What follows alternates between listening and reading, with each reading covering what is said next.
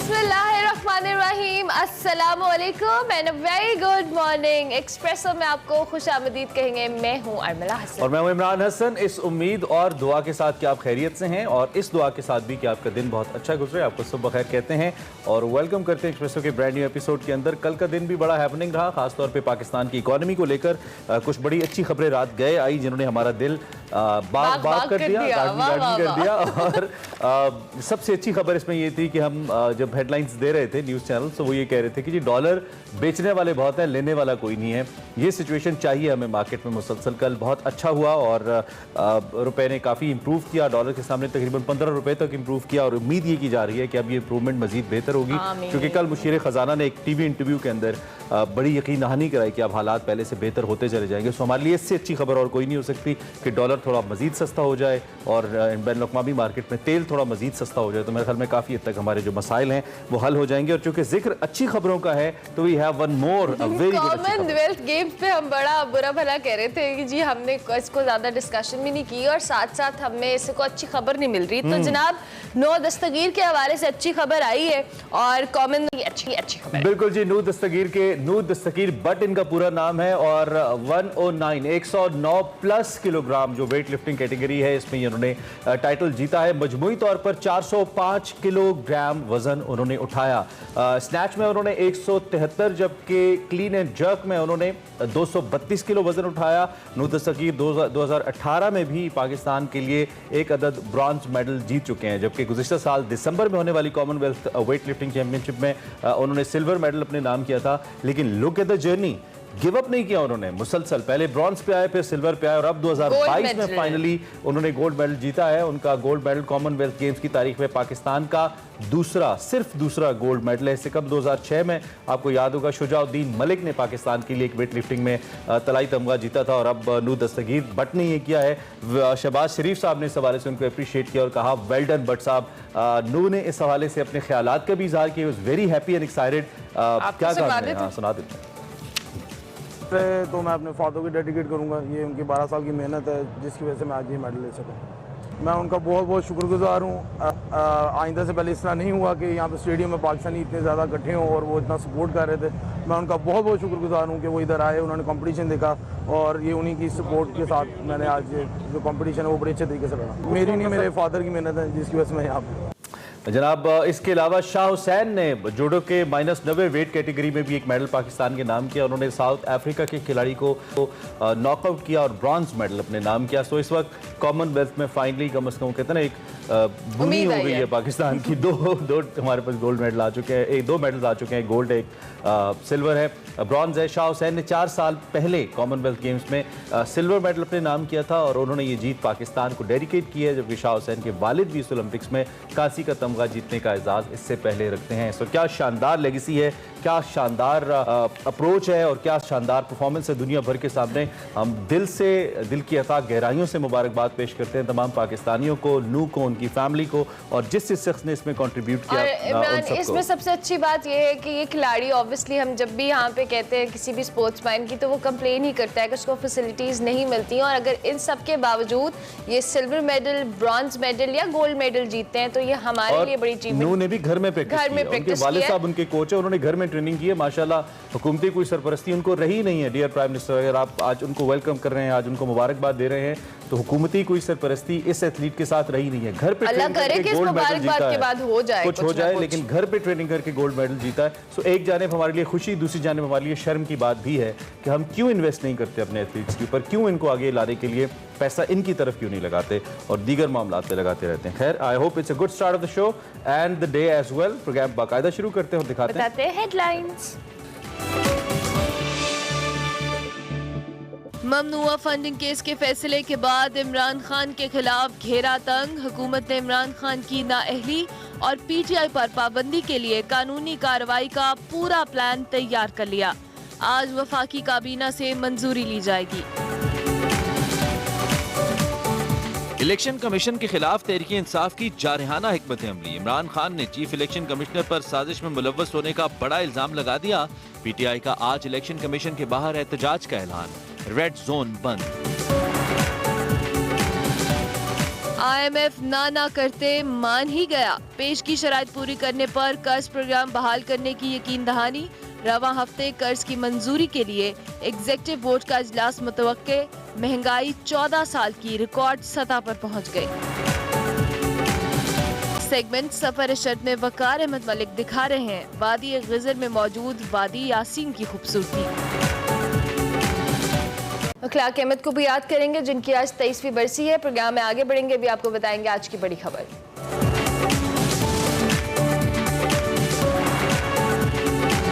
बड़ी खबर में बात करेंगे जी फॉरेन फंडिंग से मुताल्लिक इलेक्शन कमीशन के फैसले के बाद सियासी हंगामा खेजी में तेजी देखने में आ रही है। हुक्मरान इत्तेहाद और तहरीक इंसाफ आमने सामने हैं। प्रेस कॉन्फ्रेंसेस का भरपूर मुकाबला हो रहा है और जबकि कानूनी महाज भी तैयार हो चुका है। हुक्मरान इत्तेहाद ने इमरान खान साहब और तहरीक इंसाफ के खिलाफ कानूनी कार्रवाई के लिए पूरा प्लान तैयार कर लिया है, जबकि हुकूमत सुप्रीम कोर्ट में रेफरेंस दायर करेगी। इमरान खान की नाअहली होगी, PTI पर पाबंदी लगेगी, PTI के तमाम अरकान असम्बली डिसीट होंगे, जबकि ममनुआ फंडिंग में मुलव्वस PTI रहनुमाओं के खिलाफ ऑपरेशन का मंसूबा भी तैयार कर लिया गया। ये मैं नहीं कह रही, ये हुकूमत कह रही है। दूसरी जानिब जी रहनुमाओं की गिरफ्तारियां भी होंगी और इमरान खान समेत अहम रहनुमाओं के नाम ECL में भी डाले जाएंगे। इसका जवाब शेख रशीद ने दिया, बताया आपको। ना 9 मन तेल होगा ना राधा नाचेगी। ये शेख रशीद ने कहा है। He comes with such an amazing answer। अच्छा जी, PTI के जी 11 अकाउंट्स की FIA तहकीकात करेगी, जबकि पार्टी के सेंट्रल सेक्रेटरीट के 4 मुलाजमों को शामिल तफ्तीश किया जाएगा। इन तमाम इक़दाम से पहले आज वफाकी काबीना से मंजूरी ली जाएगी और इस हवाले से वफाकी वज़ीर दाखिला राना सनाउल्लाह और मरीम औरंगजेब ने प्रेस कॉन्फ्रेंस की। क्या कहा, आपको सुनवाते हैं। ECP का जो फैसला है या रिपोर्ट है, उसमें जो है वो डिफरेंट जो है वो यानी क्रिमिनल एक्टिविटीज़ की निशानदेही की गई है, जो कि मुल्क दुश्मन भी है और जिसमें मनी लॉन्ड्रिंग है, जिसमें जालसाजी है, जिसमें फेक अकाउंट्स हैं।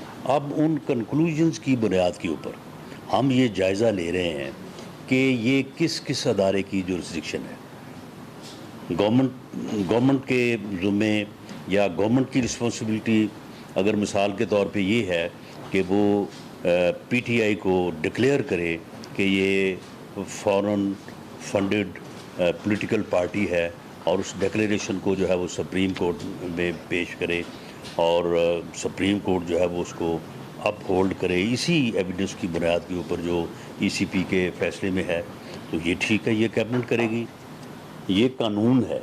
ये तो हुकूमती तैयारी है। तहरीक इंसाफ का रद्द अमल कैसे ना आए, वो भी तो आएगा।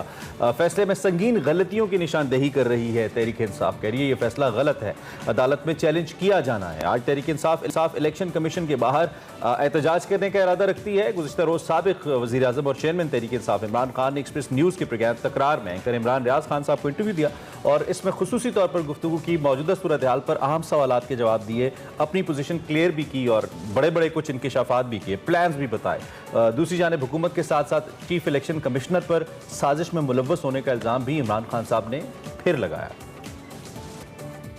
कोई भी कानून हमने नहीं तोड़ा, इसमें ये फॉरेन फंडिंग है ही नहीं। इतनी ऐसी अहमकाना रिपोर्ट मैंने नहीं देखी। ये इलेक्शन कमिश्नर जो इनके साथ पूरी तरह मुलव्वस है साजिश में, ये इसको मैं साजिश कहता हूं। एक तो थी ना वो बैरूनी साजिश, ये एक और साजिश है, वो पूरी तरह इसके अंदर मुलव्वस है। ये जो सिकंदर सुल्तान है, अगले इलेक्शंस तक इन दोनों पार्टीज की फंडिंग नहीं सामने लेके आएगा। ये जो सिकंदर सुल्तान है, ये इनकी जो फंडिंग है वो सामने नहीं लेके आ रहा। न्यूट्रल्स ने अप्रोच किया, हमें कहते हैं कि हम आपके लिए एक ऐसा कैंडिडेट दे देते हैं जो दोनों इतराज नहीं करेंगे। उन्होंने इसका सिकंदर सुल्तान का नाम दिया, मैं तो इसको जानता ही नहीं था। ये भी न्यूट्रल्स पर डाल दिया इमरान खान साहब ने। ओके, खैर क्या सूरत हाल है। आज बहुत दिनों के बाद अली मोहम्मद खान साहब हमारे साथ मौजूद हैं, सीनियर रहनुमा तहरीक इंसाफ के।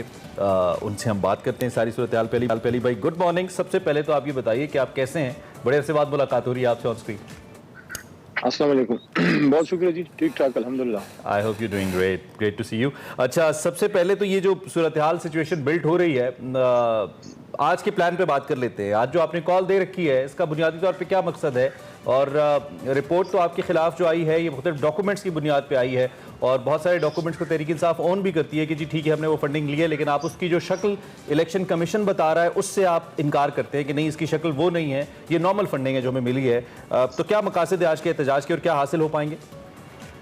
बिस्मिल्लाहिर्रहमानिर्रहीम, अल्लाहुम्मा सल्लि व सल्लिम मुबारक अला सय्यिदिना मुहम्मद रसूलुल्लाह सल्लल्लाहु अलैहि वसल्लम। देखें, सबसे पहले तो मैं समझता हूँ कि as a Tehreek Insaf worker और जितने भी हमारे वोटर सपोर्टर हैं, इस बात पे हमें अल्लाह का शुक्र अदा करना चाहिए कि हमारे खिलाफ एक बहुत बड़ी साजिश की गई।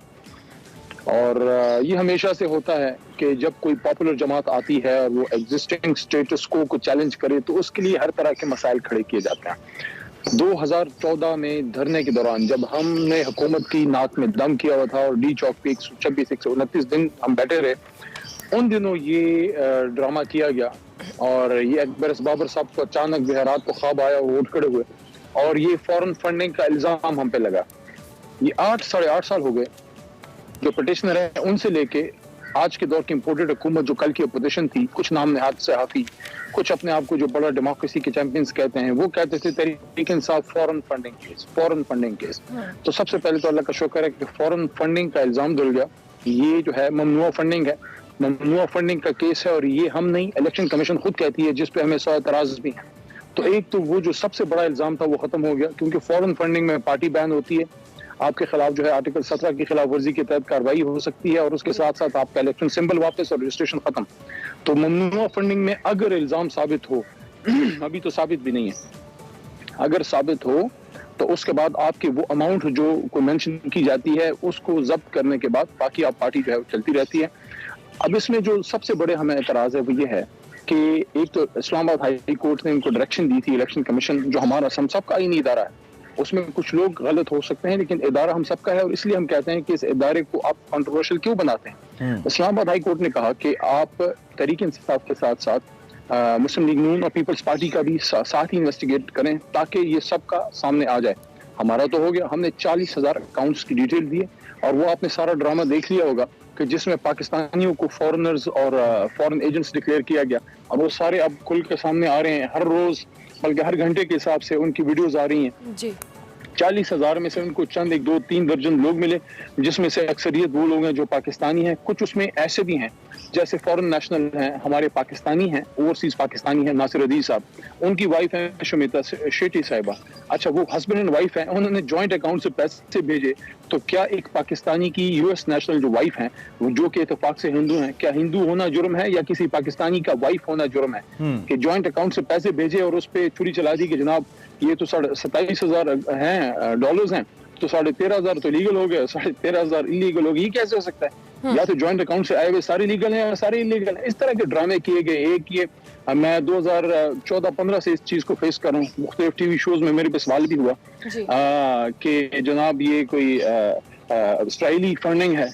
अच्छा, वो जब पता लगा तो जनाब वो आसिफ साहब हैं मुरीद के दूसरे साहब हैं जिनके बारे में कहा गया कि जनाब ये फॉरेन कोई कंपनी है, उधर से पैसे हैं, ये कोई फॉरेनर हैं। वो पता लगा कि जनाब वो कोई जो फैक्ट्री है, अपनी ज़ीशान है या इस तरह का कोई नाम है। अच्छा, उसके मालिक जो हैं वो पाकिस्तानी हैं और वो हमारे पीर महल से हमारे MPA के कैंडिडेट भी हैं। तो इस तरह के ड्रामे किए गए हैं। फिर इमरान खान साहब ये बात करना कि आपने अपने एफिडेविट की खिलाफ वर्जी की है, थोड़ा सा पढ़ लें उनको। मैं कहना चाहता हूँ कि एफिडेविट वो होती है जो ऑन ओथ आप देते हैं, ये सर्टिफिकेशन है जो किसी जमात का चेयरमैन देता है कि 40,000 अकाउंट्स की अकाउंटिंग हो गई है, इसकी मैं सर्टिफिकेशन देता हूँ कि ऑडिटेड अकाउंट्स हैं। तो इस तरह के ड्रामे किए गए, इंशाल्लाह ये भी नाकाम होंगे। ठीक हो गया। अली मोहम्मद खान साहब, दूसरी जानिब कल बड़ा इंपॉर्टेंट इंटरव्यू दिया इमरान खान साहब ने इमरान रियाज खान को, जिसमें उन्होंने कहा पहले तो जब ये इलेक्शन कमिश्नर को तैनात किया गया था तो बहुत ज़्यादा फेवर में थे तहरीक इंसाफ या इमरान खान साहब खुद भी। कल उन्होंने कहा इस इंटरव्यू में कि जो हमने इलेक्शन कमिश्नर का नाम था वो हमने नहीं, न्यूट्रल्स ने तजवीज़ किया था। तो ये जो न्यूट्रल्स का तजवीज़ करदा नाम है उसको तब तो लगाया गया, उसके बाद अब इस पर एतराज़ात हो रहे हैं, इसकी क्या वजह आप देख रहे हैं? नहीं, जब आप किसी को नॉमिनेट करते हैं तो उसके माथे पे नहीं लिखा होता कि ये क्या बनेगा। अब आपका किरदार बेसिकली जज करता है। जो भी जज बनते हैं, जो कोई कॉर्नेलियस साहब जैसे बड़े बड़े नाम बन जाते हैं, कुछ जनाब वो भी बन जाते हैं जो जस्टिस कयूम साहब थे, अल्लाह उनको जिंदगी दे, लेकिन मैं समझता हूँ जुडिशरी का नाम बुलंद नहीं किया। या कुछ वो ऐसे भी मौलवी मुश्ताक साहब जैसे जिन पर इल्जाम है कि जो भुट्टो साहब की अदालती जो एक सजा है वो आज तक कोई एक्सेप्ट नहीं करता। तो ये तो जब आपका किरदार है वो साबित करता है कि क्या आप उस किरदार के अहल थे या नहीं। हमारा तो कोई जाती लेना देना इन सिकंदर सुल्तान राजा साहब से नहीं है, लेकिन हम ये कहते हैं कि एक आईनी इदारा है, मुल्क में आज़ाद शफाफ इलेक्शन होना चाहिए। आज़ाद शफाफ इलेक्शन के लिए जो इलेक्शन कमिश्नर हैं, चीफ इलेक्शन कमिश्नर, इनका रोल है, क्योंकि इदारा खुद से तो काम नहीं करता ना, शख्सियात से इदारे बनते हैं। तो अगर आप बायस्ड हैं, हम तो ये तो नहीं कहते हमें कोई फेवर दें, आपने हमारी स्क्रूटनी की, फबेहा आपने कर दिया, फॉरेन फंडिंग इल्जाम साबित नहीं कर सके, ले दे के आपके पास चंद नाम आगे जो कि सारे पाकिस्तानी निकले। जो शर्म की बात है कि आपके लिए अब सुखी हो रही है, अब इलेक्शन कमीशन की सुखी हो रही है तो हमारी हो रही है। हम ये कह रहे हैं कि आप न्यूट्रल क्यों नहीं रह सकते? आप उन जमातों से भी तो सवाल करें। देखें, हमारी 3.5 साल की हुकूमत है, इनकी चौथी दफा है नून की, और 4 बार पीपल्स पार्टी हुकूमत कर गई है।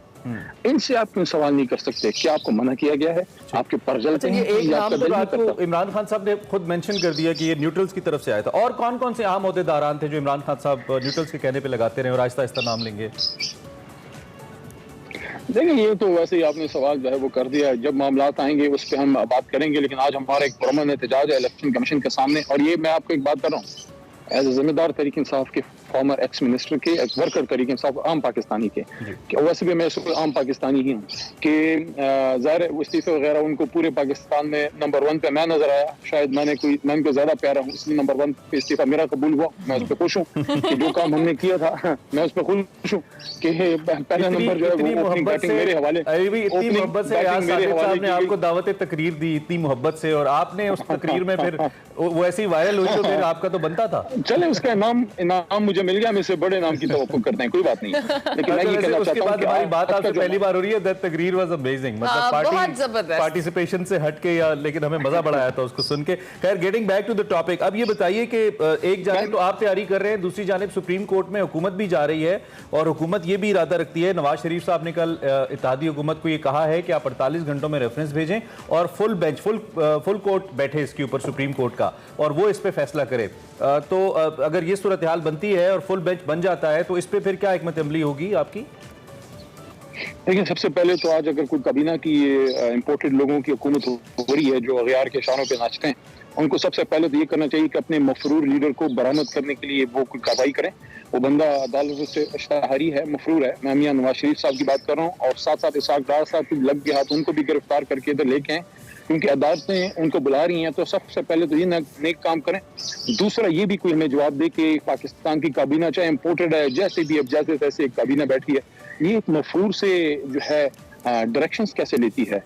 और एक साबित क्रिमिनल मुजरिमा मरीम नवाज शरीफ साहिबा, वो कैबिनेट मीटिंग्स में किस हैसियत से बैठती हैं। और प्राइम मिनिस्टर हाउस में बैठ के सुप्रीम कोर्ट पे जब अटैक लॉन्च किया गया, वो जो फैसला था पंजाब हुकूमत के वज़ीर आला का, जो फैसला हो रहा था रिकाउंटिंग का और री इलेक्शन का, तो आप मुझे ये बताएं कि किस हैसियत से प्राइम मिनिस्टर हाउस में बैठ के उन्होंने सुप्रीम कोर्ट के खिलाफ प्रेस कॉन्फ्रेंसेस की, और एक जो रियासती एक इदारा था जो प्राइम मिनिस्टर हाउस है और मुक़न्नना इंतज़ाम, 2 इदारों को एक के खिलाफ खड़ा कर दिया।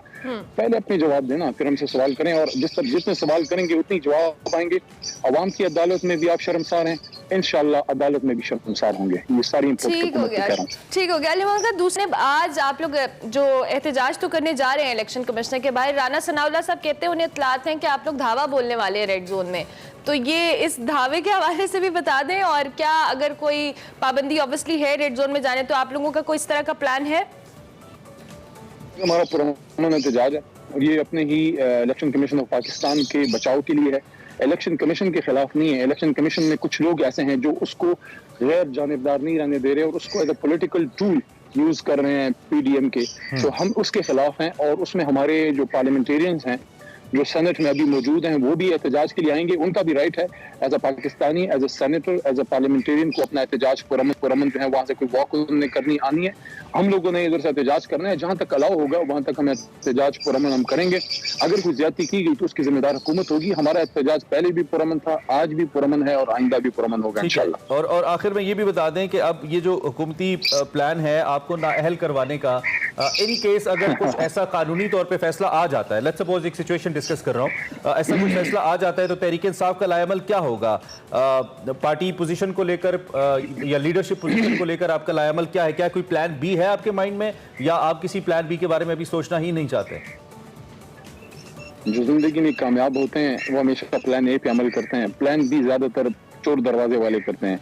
और अगर आप ये कह रहे हैं कि तहरीक इंसाफ और इमरान खान साहब नाअहल हो जाएं, ये ऐसी ही बात है जो मुझे कह दे कि जरदारी साहब और मियाँ साहब जो हैं वो आज से ईमानदार हो गए। आप यकीन करेंगे? अच्छा, मैंने कहा नाअहल तो मियाँ साहब को करवा चुके हैं आप। ईमानदारी की बात के ठीक है अली भाई, थैंक यू वेरी मच जी, बहुत शुक्रिया and wish you all the. Ali Mohammad Khan साहब सीनियर रहनुमा तहरीक इंसाफ के हमारे साथ मौजूद थे, साबिक वजीर भी, और उन्होंने अपना नुक्ता नज़र हमारे सामने रखा। अहम दिन है, तहरीक इंसाफ आज इलेक्शन कमीशन के बाहर इलेक्शन कमिश्नर साहब के खिलाफ एहतजाज करने जा रही है। और अली मोहम्मद खान साहब ये कहते हैं कि हमारा एहतजाज इलेक्शन कमीशन के खिलाफ नहीं है, वहाँ पे मौजूद चंद लोगों के खिलाफ है जो उनके मुताबिक शायद लॉबिंग कर रहे हैं उनके खिलाफ या उनकी पार्टी के खिलाफ कुछ ऐसे इक़दाम करें जिससे तहरीक इंसाफ को नुकसान हो रहा है। कल इमरान खान साहब ने ये कहा कि फ़ॉरेन फंडिंग का कहकर हमारी तौहीन की गई है, तो इस पर इमरान खान साहब भी काफ़ी नाला नज़र आते हैं। दूसरी जानिब हुकूमत ने भी कंटेनर्स एज़ यूजुअल, जो कि हुस्न है अब हमारे रेड जोन का, जमहूरियत का और रेड जोन का, मैं सरकास्टिकली कह रहा हूँ, ऐसा नहीं है, बहुत बुरी बात है ये, लेकिन हर कुछ अरसे बाद आ जाते हैं और दोबारा से कंटेनर्स लगा दिए गए हैं। इनको परमानेंटली एक स्पॉट उसके लिए दे देना चाहिए, पहले ही लगा के हाँ, मैं तो यही समझता हूँ, मतलब बार बार इतनी हासिल किस बात की। चलें जी, ब्रेक लेते हैं, ब्रेक के बाद हाजिर होते हैं। Welcome back to Expresso. क्या मतलब इतना क्विक ऐसा क्यों किया? नाज़रीन खुशामदीद कहेंगे आपको, जरा लंबा करें इसको। अच्छा, वेलकम बैक टू एक्सप्रेसो। भाई रूटीन चेंज हो चुकी हैं थोड़ी थोड़ी, लेकिन अभी चूंकि मुकम्मल तौर पर तब्दीली नहीं है, रूटीन चेंज मैंने इसलिए कहा बहुत सारे बच्चे स्कूल जाना शुरू हो गए ना, तो उस वजह से घरों में थोड़ा सा सुकून हो गया है। हाँ, वैसे ना अक्सर माँ बाप ऑफेंड भी हो जाते हैं अगर आप उनको ये कहें कि आपके बच्चे स्कूल गए तो बड़ा सुकून हो गया है, मतलब दिस इज वेरी ऑफेंसिव। उसमें कुछ लोगों का अच्छा, एक दिलचस्प नुकता मेरे जहन में आ गया, वो ये है कि बहुत सारे लोग प्लान कर रहे थे इन दिनों में नॉर्दर्न एरियाज की तरफ जाने का ना, और बहुत सारे लोग गए भी हैं। खुशी हमें ये देख के हो रही थी कि बहुत बड़ी तादाद में लोग प्लान कर रहे हैं, लेकिन फिर उसके साथ साथ दुख ही हुआ जो मौसमी हालात ख़राब हुए, और फिर मौसमी हालात के साथ साथ जो फ्यूल के हालात ख़राब हुए, उन्होंने सारे प्लान्स डिस्टर्ब कर दिए। मतलब आपने सोचा कि सुबह सुबह आपने मेरे समेत बहुत सारे लोगों का दिल जलाना है मैंने इसलिए क्योंकि बहुत सारे लोग ना फ्लाइट्स अब ले सकते हैं, क्योंकि फ्लाइट्स के किराए बहुत ज़्यादा है। PIA ने कुछ रिलीफ वैसे दिया है, लेकिन फ्यूल प्राइसेस चूँकि बहुत ज़्यादा है, फ्यूल प्राइसेस चूँकि बहुत ज़्यादा, तो प्लान नहीं हो सकते। खैर, आप ट्रिप प्लान कर सकते हैं, हम ग्राउंड बना रहे हैं अपने अगले सेगमेंट के अनाउंसमेंट के लिए, तो इसके लिए बहुत ज़रूरी है जी आपको अपनी एक तो डायमेंशन का पता हो, और एक थोड़ा सा आपके अंदर वो जैसे कहते हैं ना, बहुत सारे लोग शहरों से जाते हैं तो वो शहरी माहौल एक्सपेक्ट कर रहे होते हैं कि हमें उस तरह का मिले। ऐसा कोई बहुत अच्छा इंफ्रास्ट्रक्चर हमारा है नहीं, और उस पर हम तवज्जो भी दिलाते रहते हैं कि भी हमारे जो नॉर्दर्न एरियाज हैं यहाँ पे रहने का वॉशरूम्स वगैरह, रेस्ट एरियाज अच्छे होने चाहिए। कंपैरेटिवली काफी बेहतर हो गया है, हाँ, काफी बेहतर हुआ है, लेकिन मकामी सतह पे हो ना, हुकूमती सरपरस्ती तो नहीं हो ऑब्वियसली। तो जनाब लोगों ने किया। अगला सेगमेंट भी हमारा इसी हवाले से है। वकार अहमद मलिक हमारे, हम कहते हैं एक्सप्रेसो में वो एक बच्चा होता है ना जो हर वक्त कहीं ना कहीं माथे का झूमर, जो बच्चा होता है जो हर वक्त कहीं ना कहीं फिरता कहते हैं सर। तो वकार भाई वो है, और वो आज हमें सैर करवा रहे हैं हमारे सेगमेंट सफर शर्त में। वादी गिज़र में एक और ही जहान है जिसे वादी यासीन कहते हैं, और उसके हवाले से सफर शर्त में क्या है आपको दिखाते हैं।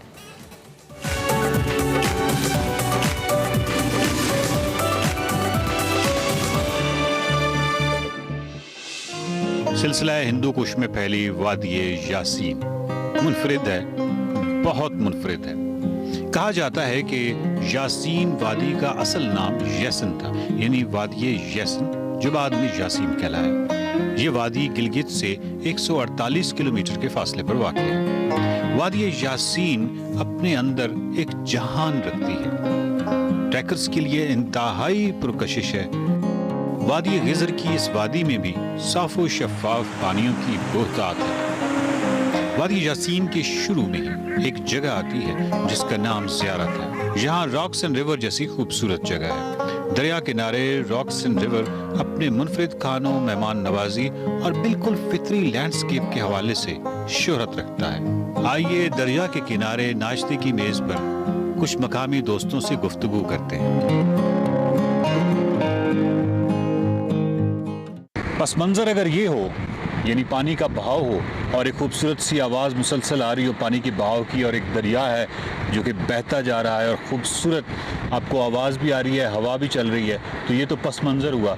और जो पेश मंज़र है, यानी मुझसे जो आगे का मंज़र है, उसमें अगर इतनी ज़बरदस्त किस्म की लोकल डिशेज़ हों तो मेरा नहीं ख्याल कि ज़िंदगी इससे ज़्यादा कोई खूबसूरत हो सकती है। और ये ज़िंदगी की जो खूबसूरतियाँ हैं या ये जो जहतें हैं ज़िंदगी की खूबसूरती की, ये इससे आपको गिलगित बल्तिस्तान बहुत नवाज सकता है। इसके दामन में इस तरह की ढेरों चीज़ें हैं। मेरे साथ इस वक्त दानिश बैठे हुए हैं और मेरे साथ इस वक्त अतीक बैठे हुए हैं।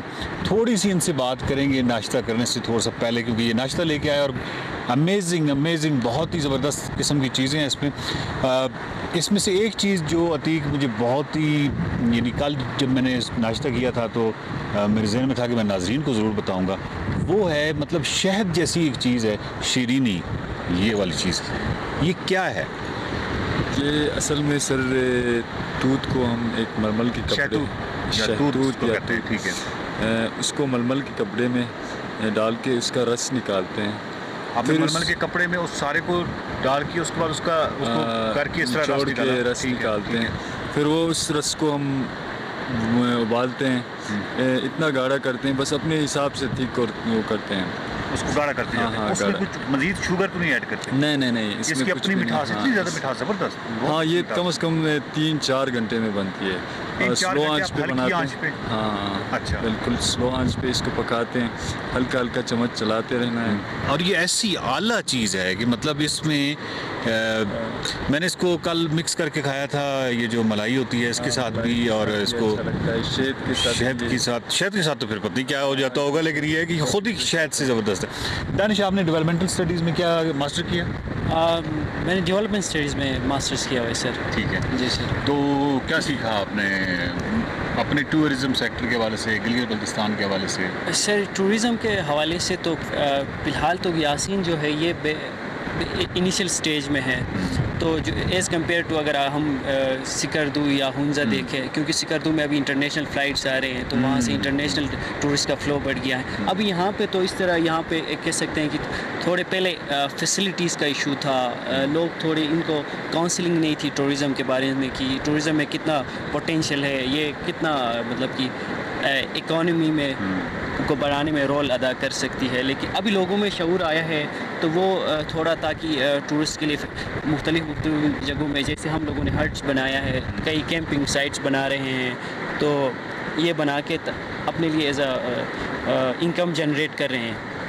तो इस तरह गेज़र में बहुत पोटेंशियल है टूरिज़म के लिए। आप मैं तो बल्कि हैरान हूँ दानिश कि अगर आप गिलगित से टोटल ट्रैवलिंग टाइम देखें तो कुछ भी नहीं है, बिल्कुल और फिर आपका सारा ट्रैवल इतना खूबसूरत है कि जैसे अनचल है ना, उसको जैसे ही आप क्रॉस करते हैं तो उसके आगे तो कोई, और ये गिलगित को आप मेरे ख्याल में 10-15 मिनट में आप अनचल क्रॉस कर जाते हैं, उसके आगे ब्यूटी है, और उसका बोरियत है ही नहीं, और हाँ मुख्तसर सफ़र है, तो सफ़र भी नहीं है। बिल्कुल सर, ये 2-2.5 घंटे का सफ़र है गिलगित से, और बड़े मज़े का सफ़र है, कोई इस तरह का मुश्किल रास्ता नहीं है, आसान सा रास्ता है। आप आके यासीन 2-2.5 घंटे में पहुंच सकते हैं, तो 2.5 घंटे का मेरे ख्याल में रास्ता है। और मेरा ख्याल है कि दानिश आपने, क्योंकि आपकी स्टडीज़ और आपका मुताला और आपका जितना भी तजुर्बा अब तक का है, वो भी आपको मेरा ख्याल यही बताता होगा कि जो टूरिस्ट हैं उनको किसी एक जगह आना चाहिए और फिर वहाँ सुकून से रहना चाहिए आप, ताकि वो सुकून से इस तरह दरिया को एंजॉय कर सकें, बजाय इसके कि हमारे यहाँ आपको पता है एक रेस सी लगी होती है कि हाँ फिर वहाँ आगे। बिल्कुल सर, ये आप देखिए अभी यहाँ पे टूरिस्ट वहाँ से एक्चुअली आते हैं तो एज अ कमर्शियल स्पोर्ट, तो वहाँ पे तो वो ऑलरेडी वहाँ पे बैठ के आते हैं, शोर शराबा, यहाँ वो ज़ाहिरी बात है टूरिस्ट वहाँ से थोड़ी खामोशी या नेचर को एंजॉय करने के लिए आते हैं। तो इस तरह के ऐसे बहुत सारे जगह हैं गिलगित गेज़र में, स्पेशली यासीन में, वो टूरिस्ट आके अपनी फैमिली के साथ वो हफ्ता 10 दिन बैठ के एंजॉय कर सकते हैं। और मैं यहाँ पे जितना रहा हूँ तो मेरा कमरा जो है उसकी जो खिड़की है वो दरिया की तरफ खुलती थी। हाँ जी सर। तो पूरी रात जो है वो उसकी दरिया की बड़ी खूबसूरत आवाज़ जो है वो मुसलसल आती है। बिल्कुल हवा और बिल्कुल सर उसकी आवाज़। आप ये बताइए कि ये जो है इसको क्या कहते हैं? मैं हमेशा पूछा, इसको रोशकी कहते हैं खुआर ज़बान में, ब्रुशास्की में ग्यालचिंग बोलते हैं, शनाज ज़बान में इसको गोली कहते हैं। अच्छा वाह वाह, हम इसको फ़िलहाल ग्यालचिंग कहेंगे, ठीक है। मैं अपनी सहूलत के लिए कह रहा हूँ, वैसे तो सारे नाम ही खूबसूरत हैं। तो ग्यालचिंग जो है, ये बताएं कि ये इसका बनने का, अच्छा पहले तो बताएं कि इसका ट्रेडिशन में, हमारी रवायत में, यानी गिलगित बल्तिस्तान में हुंजा में जाऊँ या स्करदू में या कहीं पर भी जाऊँ, ये ग्यालचिंग जो है ये मिलती है और ये बहुत ही कमाल है। तो इसका रवायत में क्या इस्तेमाल है? यानी हमारे इसका असल में ये मैंने सुना था, एक मेरा चाचा था तो उससे मैंने सुना था, ये ताजिकी कल्चर है। जो अच्छा, यहाँ ये पे ताजिकी वहाँ से आया है, ताजिकिस्तान। अच्छा, ताजिकी कल्चर है। लेकिन ये हमारे यहाँ जो किसी के घर में बच्चा पैदा होता है खुशी के दिनों में बस ये चीज़ें बनाते हैं। और ये हम अंडे के साथ खाते हैं, इसको देसी घी में तल के फिर खाते हैं। ठीक। अच्छा, मैं इसके बनाने के प्रोसेस आपसे पूछता हूँ, लेकिन अभी आपने कहा कि बच्चा जो पैदा होता है तो उससे अच्छा, बच्चा जो पैदा होता है तो उसमें भी यानी ये पकाया जाता है, उसका ऐसा है वगरना मतलब मुझे जहाँ पे भी हम जाएं, शाम की चाय हो, सुबह का नाश्ता हो, इतने बच्चे तो यकीनन पैदा नहीं होते। मतलब ये है आपके कहने का कि ये वैसे भी रूटीन का खाने का ऐसा है, और जब कोई बच्चा पैदा होता है तो उसमें भी ये सर्व करते हैं। ये सर्व करते हैं। अच्छा, ठीक है। बिल्कुल। तो ये बनाने का क्या तरीकाकार है? सर, इसको बनाने के लिए आटा शुरू में लेते हैं, उसके ऊपर थोड़ा नमक, आटा लेके उसमें नमक, ठीक है, वो तो आटा नमक हो गया। आटा नमक हो गया। उसके बाद फिर अंडा डालते हैं इसमें, फिर उसी आटे में, खुश्क आटे में अंडा डालते हैं। हाँ, खुश्क आटे में अंडा डालते हैं। फिर उसके ऊपर हम अगर घी डालें, देसी घी थोड़ा सा डालें, ज़्यादा नहीं, तो वो बेहतर होता है। उसमें नीम गर्म पानी में, और इसका प्रोसेस ये है कि अगर 3-4 घंटा पहले बनाएं ज़्यादा उसका टेस्ट जो है वो बहुत ज़्यादा अच्छा आता होगा। और ये आपने बिल्कुल इसको एक लेवी की या वो एक इस तरह की लिक्विड टाइप की एक शक्ल में पेस्ट सा, और उसके बाद आपने उसको तवे के ऊपर फैला देना है। तो आपका जो तवा है वो मैंने देखा है कि वो एक यूं सफ़ेद शक्ल का, जिस तरह हम कहते हैं, तो जो नॉर्मली हमारे यहाँ तवा इस्तेमाल होता है इस शक्ल का, उसमें भी ये बन जाएगा? ये उसमें भी बनता है। हल्का सा ग्रीजी करना है, ऑयल ग्रीजी करना है, फिर उसके बाद फिर ये बनाना होता है। इसमें जो ऊपर की तरह यूँ है, उसमें सही होता है ये। और जो अच्छा, ये बताएं कि गेज़र के हवाले से कि जी हमने हमारे कान पक गए हैं ये सुनते हुए, गेज़र का अखरोट, गेज़र की खुबानी, या गेज़र का शतूत, या गेज़र का अंगूर। गेज़र खुद जो है वो इन चीज़ों को बेचने में थोड़ा उस तरह नहीं है जिसको हम कहना कि यहाँ पे हाँ, मतलब उस तरीके से अभी वो कारोबारी नहीं है, या यूँ समझें कि इनका, मेरा ख्याल है कि जो प्रॉफिट का बड़ा मार्जिन है वो मिडल मैन वो खा जाता होगा, उसको इस पैदा होता होगा, ये खुद उस तरह फ़ायदा नहीं उठा रहे। एक तो ये चीज़ है, आपके ख्याल? सर मेन ये है कि मैं यहाँ पे गेज़र में ज़्यादातर वही बात आती है, थोड़ी लोगों को थोड़े शऊर नहीं है यहाँ पे कि इन ड्राई फ्रूट या ये जो फ्रूट्स है इनकी क्या अहमियत है आगे डाउन में, क्योंकि उनके पास है खाने के लिए, वो तो उनके पास है, उनके पास है, इसलिए उस चीज़ की अहमियत नहीं है। तो वहाँ से लोग आते हैं, डाउन से आते हैं, या कह सकते हैं कहीं से भी दूसरे गिलगित के दूसरे डिस्ट्रिक्ट से आते हैं, तो वो कम प्राइस में ले जाते हैं, ले जाके कह सकते हैं कि अपनी टेक के साथ वो बिल्कुल। अच्छा, ये बताएं कि ये नाश्ता ठंडा हो रहा है, मेरा आखिरी सवाल ये है आपसे, मैं सवाल असल में यहाँ पैदा बहुत हो जाते हैं ना आपकी ये मुझे बताएं, जो शीरीनी है, अब मैंने इसको जब खाया तो मुझे ऐसे लगा कि बस लज्जतों के किसी जान में मैं पहुँच गया, यानी इतनी कोई आला चीज़ है, शायद कि मैं पैरेलल कहूँगा, या नाश्ते के वक्त तो मैं समझाऊँ कि शायद से भी ये कोई ऊपर की चीज़ है, यानी ऐसा कमाल इसका टेस्ट है। गेज़र इसको कमर्शियली क्यों नहीं बेचता? सर कमर्शियल इस तरह कोई प्रॉपर वो नहीं बना है सर इधर यहाँ पे, इन लोगों के पास बनानी तो चाहिए, लोगों के पास इतना फैसिलिटी, रुझान कम है। मेरा ख्याल है दानिश, इसमें फैसिलिटी से ज़्यादा कुछ बहुत बुनियादी तरबियत की कमी है, काउंसलिंग की और बुनियादी तरबियत की कमी है।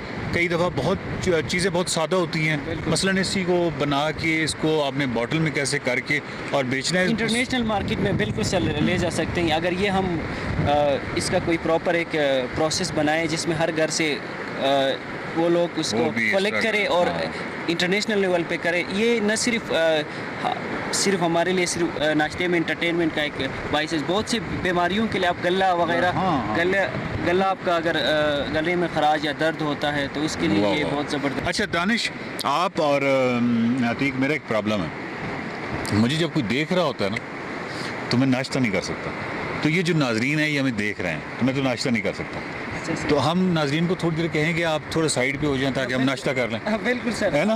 बिल्कुल सर। तो आप जरा कहें नाजरीन, आप थोड़ा सा साइड पे हो जाएं, हम जरा नाश्ता कर लें। नाजरीन आप थोड़ा सा साइड पे हो जाए, क्योंकि हम अभी प्राइवेसी में थोड़ा नाश्ता करना चाह रहे हैं इस मौसम को, नेचर को एंजॉय करते हुए। थैंक यू अतीक, आप बहुत अच्छी शेफ है। आपने तरबियत कहाँ से की थी?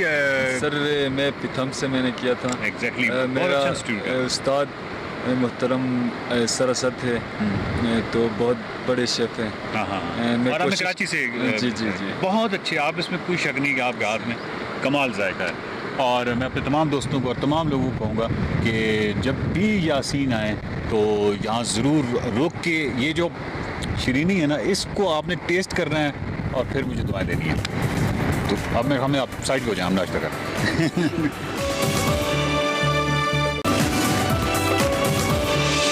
Back to espresso.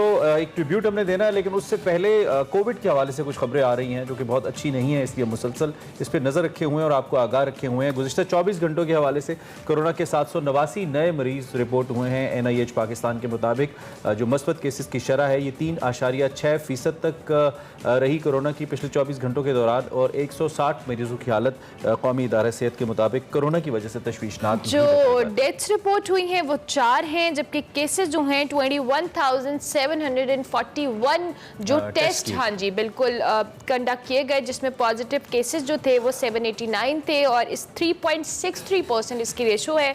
और अभी ये NIH पाकिस्तान की रिपोर्ट के मुताबिक हम आपको बता रहे हैं। लेकिन दूसरी जानिब कोविड के हवाले से एहतियात एज यूजुअल आपने करनी है, क्योंकि कोविड इज स्टिल हियर। हमें जो बूस्टर शॉट से लेकर आपकी सोशल डिस्टेंसिंग है, मास्क का इस्तेमाल अब दोबारा से पब्लिक प्लेसेस पे आप स्टार्ट कर दें, इट्स इम्पॉर्टेंट। अच्छा, मैं उस दिन एक बड़ी दिलचस्प बात सोच रहा था कि मास्क का जो इस्तेमाल है ये सिर्फ कोविड के लिए नहीं है, आप वैसे भी हमारे इतनी जो वायरल डिजीजेज आसपास होती है, हमें मास्क हमें वैसे भी पहनना ही चाहिए। जिस तरह के एटमॉस्फेयर के अंदर हम रहते हैं, जैसे मार्केट्स में मूव करते हैं, जो गंदगी होती है मुख्तलिफ जगह गटर उबले, तो मास्क हमें वैसे भी मुझे लगता है पहनना ही चाहिए, और ये जो जिनको नॉर्मल भी अगर फ्लू है या दीगर कोई इस तरह का इन्फेक्शन है, वायरल इन्फेक्शन है, तो आप मास्क का इस्तेमाल करें, आपको फायदा होगा। आप खुद भी बचे रहेंगे और दूसरे भी जो आपके इर्द गिर्द है उससे बच सकते हैं। लेकिन स्टिल जी कोविड के हवाले से तो ये कंपल्शन होनी चाहिए अभी भी कि आप अगर मॉल्स में जा रहे हैं, मार्केट्स में जा रहे हैं, कहीं भी जा रहे हैं, मास्क का इस्तेमाल जरूर करें और बूस्टर शॉट सेफ रखेगा आपको,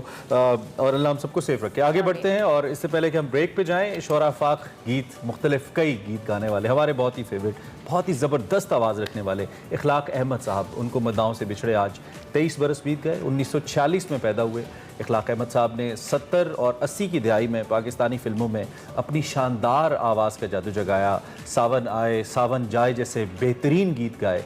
इब्तदा में उन्होंने स्टेज सिंगर की हैसियत से अपनी पहचान बनाई और फिर इसी दौर में उनके ग्रुप में गुलकार मसूद राना, फिल्म स्टार नदीम और दीगर अहम जो बड़े नाम हैं वो भी शामिल हुए। फिल्म पाजेब में इखलाक अहमद को गुलकारी का मौका मिला। बाद में फिल्म बंदिश और चाहत के गानों ने उन्हें बामी अरूज पर पहुंचाया। जिन दिनों वो फिल्मी सनत में अपनी पहचान बना रहे थे, इस दौर में गुलकार अहमद रुश्ती के हवाले से बहुत उनका चर्चा था। ताहम अपनी मुनफरिद गायकी की बिना पर इखलाक अहमद फिल्मी गीतों की ज़रूरत बन गए और इसके बाद जो उनके बेशतर गीत हैं उनके दोस्त फिल्म स्टार नदीम पर फिल्माए गए। और ज़िंदगी गीत है ज़िंदगी जैसे बेशुमार ऐसे गाने हैं जो उनकी पहचान बने। और इखलाक अहमद साहब ने लगभग 100 फिल्मी गीत गाए, जबकि बेहतरीन गायकी पर 8 निगार अवार्ड भी हासिल किए। उन्होंने आखिरी गीत फिल्म निकाह के लिए 1998 में गाया और आई गेस ये एहसन खान पे पिक्चराइज हुआ था, अगर मैं गलत नहीं कर रही। ये दिल सोने दिलदार का बहुत ज़बरदस्त गाना था। फिर बहुत ही रूज देखा, एंड पे सरतान कैंसर के मुजी मरज़ में मुब्तला हुए, इलाज भी करवाया, फ़ाइट करने की कोशिश की, लेकिन ज़िंदगी मुख्तसिर थी। 1999 में आज ही के दिन इखलाक अहमद साहब हमसे जुदा हुए और उनका एक बड़ा मशहूर गाना और अमला हसन भूल गई, लेकिन मैं आपको याद करा देता हूँ। सोना न चांदी न कोई महल जाने मन, न तुझको दे सकूंगा फिर भी ये वादा है तुझसे। It was a brilliant song और उस वक्त शबनम और नदीम साहब की जोड़ी भी बड़ी हिट थी। और फिर इखलाक अहमद साहब की आवाज़ नदीम साहब पे ऐसी लगती थी कि नदीम साहब खुद गा रहे हैं और लोग बड़ा रिलेट करते थे इसको। और बहुत ऐसे सिंगर्स होते हैं जिनकी आवाज़ हीरो पे बिल्कुल एग्जैक्ट बैठ जाए। जैसे किशोर कुमार की आवाज़ राजेश खन्ना पे बहुत अच्छी लगती थी बॉलीवुड फिल्म्स के अंदर, तो ऐसे ही था। खैर जी, आज हमने याद किया एक लेजेंड को, अल्लाह उनको गरीक रहमत करे और उनका काम उनको जिंदा रखे हुए और वी बिलीव के हमेशा रखेगा। हमने ब्रेक लेनी है, ब्रेक के बाद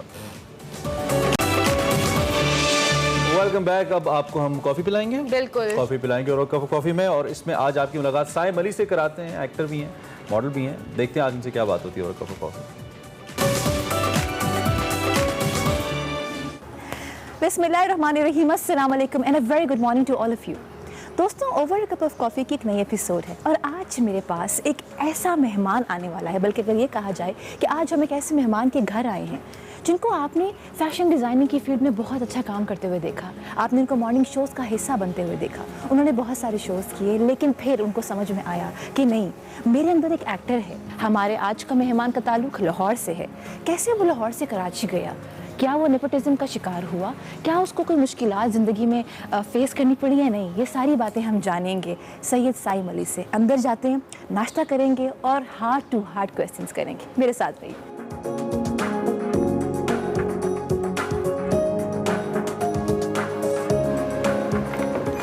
अस्सलाम वालेकुम। वालेकुम अस्सलाम। Thank you so much. कैसे हैं आप लोग? मैं बिल्कुल ठीक हूँ। कैसे हैं आप? बिल्कुल ठीक ठाक। कितने साल बाद मिल रहे हैं? बहुत साल। हम लोग बहुत साल बाद मिल रहे हैं। आप बिल्कुल नहीं बदली, आप तो बिल्कुल वैसी की वैसी हैं। और आप भी, और बहुत अच्छे लग रहे हैं। ये हमारा एक कॉम्बाइन प्रेजिंग सिस्टम चल रहा है यहाँ पे। और अच्छी बात ये दोस्तों कि हम बहुत सालों के बाद मिल रहे हैं, लेकिन वो जो वाइब्स हैं, वो जो केमिस्ट्री है, वो हमारी पहले भी मैच करती थी और आज भी। अल्हम्दुलिल्लाह। तो हम कहाँ जा रहे हैं? बाहर बैठ रहे हैं, अंदर जा रहे हैं?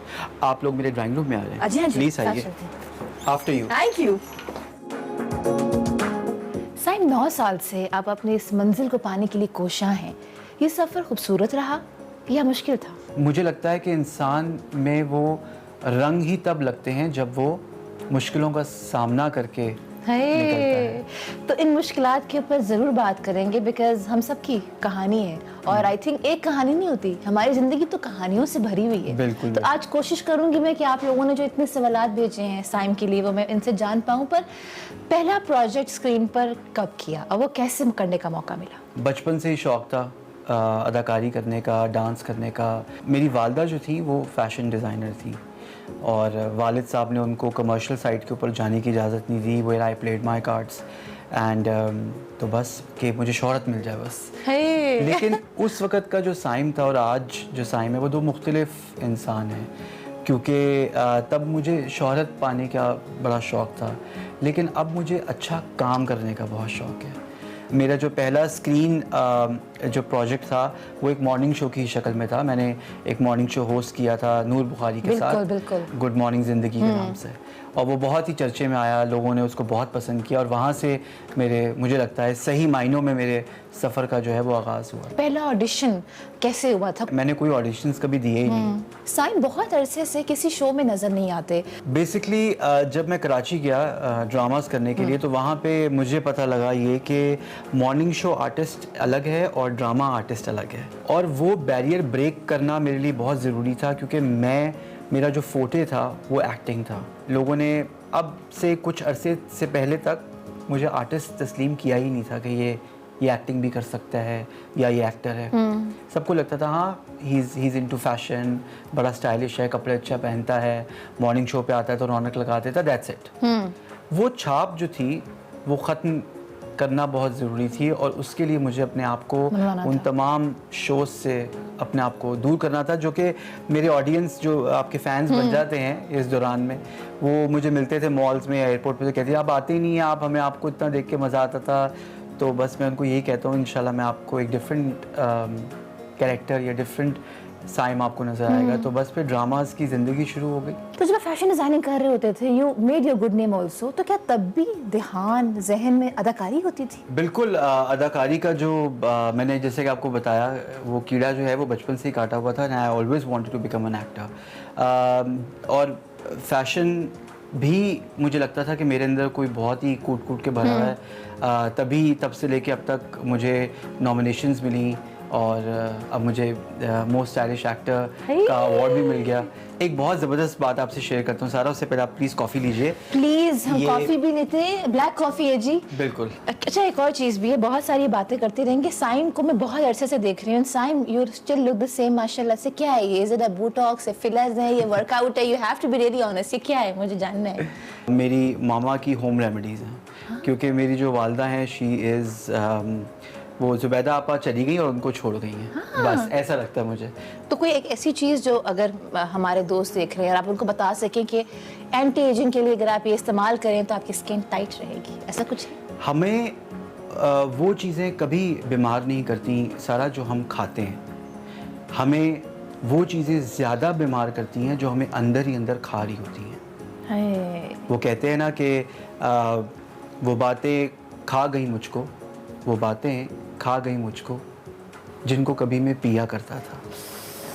तो अपने अंदर से ये जो गर्दो गुबार है ना, उसको ख़त्म कीजिए। आप अपने अंदर के इंसान से तो मिलिए। साइम ने अपने आप को कब जाना? वो कौन सा मोमेंट था जब आप अपने आप को जान लेते हैं ना कि यार ये हूँ मैं? अब जो 2022 से मेरा डोर टू डोर जाकर, वो कहते हैं ना लिटरली दरवाजे खटखटा कर बोला है, काम मांगा है कि मुझे काम चाहिए, मैं काम कर सकता हूँ, मुझे एक दफ़ा मौका तो दीजिए। पर वक्त बहुत लग गया उसको, और उस वक्त ने मुझे बहुत कुछ सिखाया। अगर वो वक्त ना लगता तो शायद आज जो कैरेक्टर्स मेरे लोगों की तवज्जो का मरकज़ बने हैं वो शायद ना बनते, या जो आज मैं अंदर से इंसान आपको इस वक्त बैठा हुआ लग रहा हूँ वो शायद मैं ना होता। अगर वो इतनी मुझे रिजेक्शन ना मिलती, अगर तो रिजेक्शन इंसान को तोड़ती नहीं है, इंसान को बनाती है। हर वो दोस्त जो पीठ पीछे दुश्मन है वो आपको एक बहुत ज़बरदस्त किस्म का लेसन देके जा रहा है। साइम, इस पूरे ड्यूरेशन में वो कौन से लोग थे जिन्होंने बहुत सपोर्ट किया, और वो कौन से ऐसे लोग थे जिन्होंने सिखा दिया कि हाँ साइम मुझसे दूर रहो? ऐसे बहुत सारे लोग थे जो मुझे बेस्ट फ्रेंड कहते थे, और वही असल में टांग खींच रहे थे, और वही काम बाकायदा कैंची से कटवा रहे थे। आज मैंने आपको बता दिया, आपने मुझसे मोहब्बत में पूछ लिया, दोस्ती में पूछ लिया, मैंने बता दिया ये प्रोजेक्ट मैं कर रहा हूँ, अगले दिन क्या वो प्रोजेक्ट ही नहीं, और वो शख्स है उस प्रोजेक्ट में। मतलब ऐसे भी हुआ है, और वो मेरे लिए एक आई ओपनिंग लेसन था। सो मैंने अब उन्हीं लोगों में बैठ के चुप लगा ली, तो काम नहीं कटा फिर। कितने साल हो गए आज? 3-4 साल, राइट? Yes. तो ये जो पूरा एक ड्यूरेशन है, इसमें कभी फील नहीं किया कि यार मैं तो बड़ी अच्छी जगह पे गया था पढ़ने के लिए, तो लोगों ने मुझे उसके बाद एक्टिंग की फील्ड में ऐसे सर पे क्यों नहीं बिठाया, अपने पलकों पे क्यों नहीं बिठाया? आपकी आर्ट का ताल्लुक आपकी तालीम से नहीं है, आर्ट इज इन यू। को पसंद करें, वो कैसे मिला और वो करने में क्या सीख क्या रहे हैं? अच्छा, तो सारा बेसिकली मैं रामिश रिजवी मेरे बहुत ही अच्छे दोस्त भी हैं, बहुत ही बेहतरीन डायरेक्टर हैं उनके, और उसके बाद मुझे बद्दुआ में उन्होंने कास्ट किया। तो जब मैं बद्दुआ कर रहा था तो उसी वक्त मुझे अंगना की कॉल आ गई, और अंगना ऑलरेडी ऑन एयर था और बहुत सुपरहिट प्रोजेक्ट था। मैं अंगना ही शूट कर रहा था तो मुझे बिच्छू की कॉल आ गई, और बिच्छू भी ऑलरेडी ऑन एयर था। तो फिर मैंने साथ बिच्छू के भी स्टार्ट शूट करना शुरू कर दिया।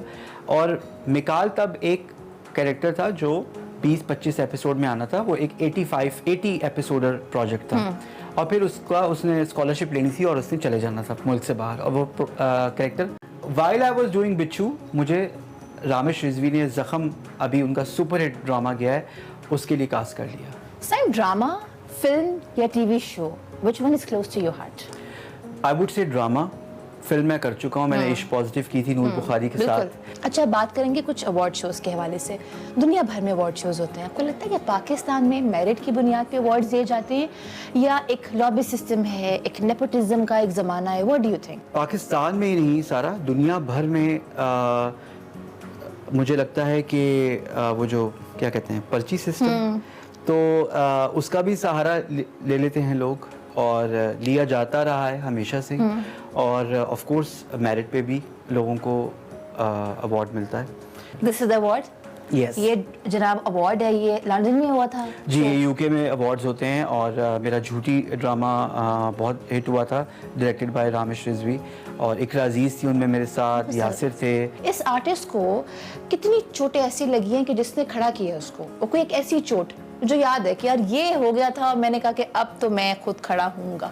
मुझे एक दफ़ा बड़ी कोई टिका के मोहब्बत हुई थी, तो और उसका ना मिलना ही मेरे लिए खुशनसीबी थी, क्योंकि कभी कभी मोहब्बत का ना मिलना आपकी सक्सेस की वजह बन जाता है। अच्छा, मोहब्बत हुई आपको, उसके बाद वो मिल भी ना सकी, तो वो जो ड्यूरेशन था अपने आप को गैदर करने का, वो कैसे किया? किसने सबसे ज़्यादा आके सपोर्ट किया कि साइम तुम कर सकते हो, you can come out of this and you can enjoy the life again? Support तो किसी ने भी नहीं किया, और वो एक तरफा मोहब्बत थी, और बचपन की मोहब्बतें ऐसी होती हैं। लेकिन मुझे ये नहीं इल्म था कि उस मोहब्बत से मैं खुदा से बहुत करीब हो जाऊंगा। हाल दिली नहीं बयान हुआ, तो वो कोई चीज़ ही, मतलब वो एक तरफा मोहब्बत थी। फना हो गए थे। हाँ हाँ बिल्कुल। अच्छा, I want to ask this, बहुत सारे लड़के लड़कियां भी देख रहे हैं आजकल, टिकटॉकर्स को मैं देखती हूँ, इन्फ्लुएंसर्स को मैं देखती हूँ, लोग एक्टिंग करना चाहते हैं और उनको पता है कि एक्टिंग करनी है तो हम तो कराची उससे पहले मैं चाहूंगा आप एक कबाब दीजिए। ओह माय गॉड, ये आप लोगों को जरूर देखना चाहिए। I love the platter, please मुझे हाँ बिल्कुल जरूर, सॉरी मुझे पहले आपको ये सर्व करना चाहिए। कोई बात नहीं, बट नाश्ता है, नाश्ता भी करेंगे, बातें भी करेंगे, तो मेरा तो पेट भर गया है बातों से। पता है आज पहली बार, although I was so hungry, सुबह सुबह नाश्ते का सीन होता है। एक बहुत अहम चीज़ है जो मैं इस टेबल पे आपको बताना चाहता हूँ, वो है ये केक। ओके ये केक का आप लोग अभी क्लोजअप देखेंगे। ये केक हमारा जो है ना, ये फैमिली केक है, मेरी मामा बचपन से बना रही हैं और हम लोग खा रहे हैं। What is it? This is brownie या ये कैरेट केक है? ये चॉकलेट का चॉकलेट केक है। ये जैसे ही अभी हम इससे फारिग होते हैं, मैं आप सब लोगों को एक स्लाइस दूंगा। थोड़ा सा आप लोग देख भी सकते हैं, आपको मैं दिखा सकती हूँ। ओह माय गॉड, और इसमें बहुत ज़्यादा वो आर्टिफिशियल फ्लेवर वगैरह नहीं है। लड़के लड़कियां अभी भी ख्वाब रखते हैं, वो अपने ख्वाब को पूरा करना चाहते हैं। लाहौर से कराची जाएंगे, इस्लामाबाद से भी जाएंगे कराची, क्योंकि कराची हब है ड्रामा इंडस्ट्री के लिए। आप क्या चीज़ उनको 3 बताएंगे कि ये तो तुम्हें फेस करनी होगी और तुम्हें ये करना चाहिए? देखिए, सबसे पहले तो पेशेंस। आपके अंदर पेशेंस की आज तो मैं कहता हूँ हर इंसान के अंदर ना पेशेंस की कमी है। दूसरी बात ये कि शॉर्टकट जो है ना, वो लॉन्ग कट बन जाता है। इंडस्ट्री ने बहुत सारी आपको रियलिटीज़ दिखाई, आपने एक्सपीरियंस किया है बहुत कुछ, लोगों से मिले, लगा दोस्त हैं, फिर समझ में आया कि दोस्त तो नहीं है मेरा ये। लेकिन इस इंडस्ट्री ने आपको क्या कोई सच्चा दोस्त दिया है? देखें, अब ये एक ऐसा सवाल है कि जिसने मुझे सोचने पे मजबूर कर दिया। मैं सोच रहा हूँ नाम, समझ आई आपको इस बात की कि मुझे सोचना पड़ रहा है। आप ये देखिए कि कितना ये किस किस्म का वक्त है सारा, कि हमें सोचना पड़ रहा है कि हमारे से मुखलिस कौन है। Sana Fakhar is a very dear friend of mine, और मुझे उन्होंने बहुत मोटिवेट किया। Thank you so much Saim, coming from you it really means a lot. और वो कहते हैं कि हर चीज़ का एक वक्त मुकर्रर होता है। हम कब से सोच रहे थे कि ये शो प्लान करें, पर कुदरत ने लिखा हुआ था कि ये आज के दिन ही होना था। मुझे उम्मीद है कि मैंने आज बहुत कुछ सीखा है साइम के इस पूरी लर्निंग से। आई होप आप कुछ सीख पाएँ, क्योंकि मुझे लगता है कि हम सब कभी ना कभी कहीं ना कहीं ज़िंदगी में फंस जाते हैं और फिर निकलना होता है वहाँ से। वो कैसे निकलेंगे? बस अपने आप पे एतमाद करें कि मैं सब कुछ कर सकता हूँ, मुझे कोई नहीं रोक सकता। अल्लाह पे भरोसा रखिए और अल्लाह हाथ पकड़ता है और फिर बस आपके दिन बदल जाते हैं। दिस इज़ मी सारा बलोच साइनिंग आउट। अपना ख्याल रखिएगा और जाते जाते पाकिस्तान जिंदाबाद।